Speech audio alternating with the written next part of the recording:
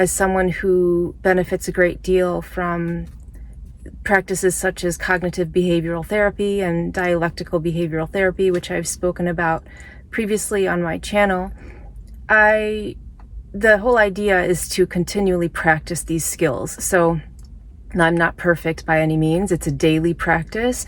And frankly, it's something I do, these skills that I'm learning, that is, it's something I do out of necessity, most of all, to keep myself at a baseline of homeostatic harmony within. And I understand that not everyone struggles with mental illness or mental health issues, and that's great if you don't, but I do. I struggle, and because I struggle, it's on my daily to-do list to tend to this matter. And so I do that in my practices such as meditation in the morning. I move my body every day. I make sure to practice lifestyle habits that keep me grounded and keep me present. And it is easier said than done, I will say, as someone who practices this every day, and I'm not just saying it, I actually do this. It's not easy. It is not easy. I am a very emotional person, and I have in the past had difficulty, for instance, labeling my emotions and identifying them. Even as I grew older, I continued to experience these intense emotions. And it's only been in my adulthood, through my DBT practice and learning skills. It has only been through DBT and applying these skills that I've been able to mitigate it to a point where I can self-manage now, and I can have a higher degree of functional capacity. So it's been wonderful. And I guess I just wanted to share that because I know I have spoken about the benefits of DBT before, but I am even saying this for my own self to reinforce it, because it isn't good enough to simply learn the techniques and learn the skills. It's a constant, continual application and discipline of applying the skills in the moment. So there is a practice of being present. That's where the meditation helps, is I can identify when I'm not being present by practicing presence. That's a very good way to identify when you are not being present, is to sit still and quiet with yourself and let yourself be. Just simply let yourself be. And I think so many people, they are not able to do this. They are not able to sit still with themselves and experience themselves as they are. And it is so uncomfortable. It's uncomfortable to the point where it's intolerable for them.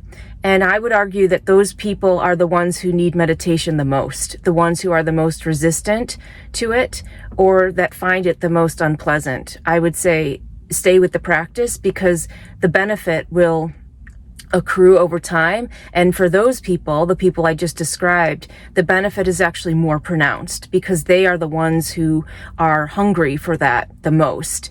And in my own experience, that which we resist persists, and it is as simple as that. So I'm not saying that these things are easy to do. In fact, they are probably the most difficult to do. I have had people tell me that, hyperbolically, but they have told me I'd rather die than spend 5 minutes alone in silence with myself. So that's very telling. And I ask them, well, then can we start with 2.5 minutes? Can we start with 60 seconds?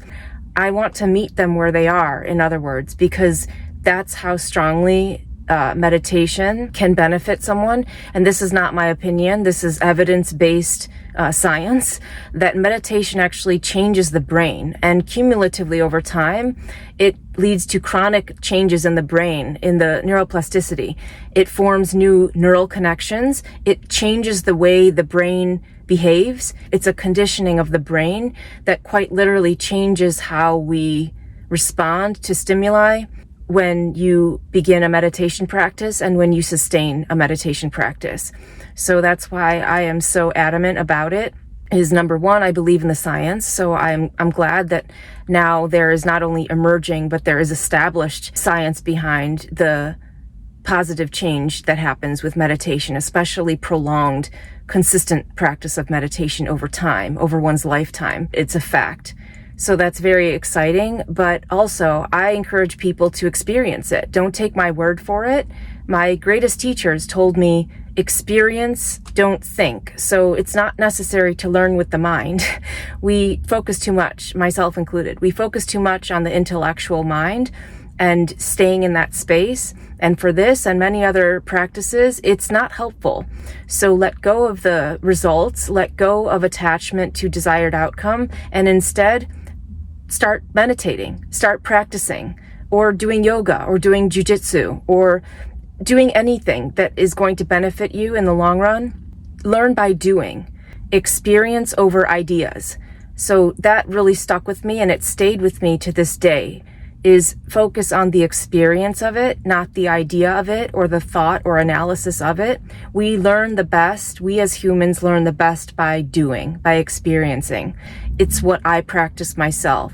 And again, this is something with which I struggle daily to do it, but I do it. And another thing that I learned from my teachers is that you don't have to love it, you just have to do it.